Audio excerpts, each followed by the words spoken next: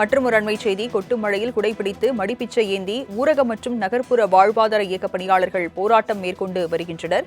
கூடுதல் விவரங்களை செய்தியாளர் மூர்த்தி வழங்க கேட்கலாம். மூர்த்தி, தற்போது இந்த பணியாளர்கள் மேற்கொண்டு வரும் போராட்டத்தை குறித்து விவரங்களை பதிவு பண்ணுங்க. வணக்கம் ராஜலட்சுமி. நாகப்பட்டினம் மாவட்ட ஆட்சியர் அலுவலகம் முன்பு ஊரக மற்றும் நகர்ப்புற வாழ்வாதார இயக்க அனைத்து பணியாளர்கள் சங்கம் சார்பில் தொடர் காத்திருப்பு போராட்டத்தில் ஈடுபட்டு வருகின்றனர். இன்று 7வது நாளாக நடைபெற்று வரும் போராட்டத்தில் கொட்டும் மழையை பொருட்படுத்தாமல் குடைபிடித்தபடி போராட்டத்தில் ஈடுபட்டு வருகின்றனர்.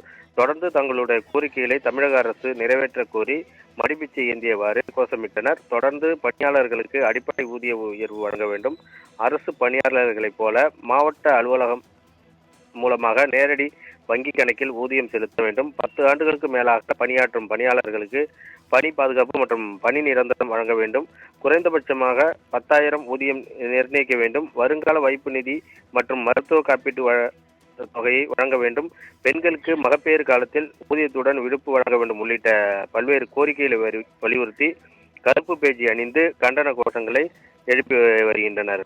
ராஜலட்சுமி, விவரங்களுக்கு நன்றி மூர்த்தி.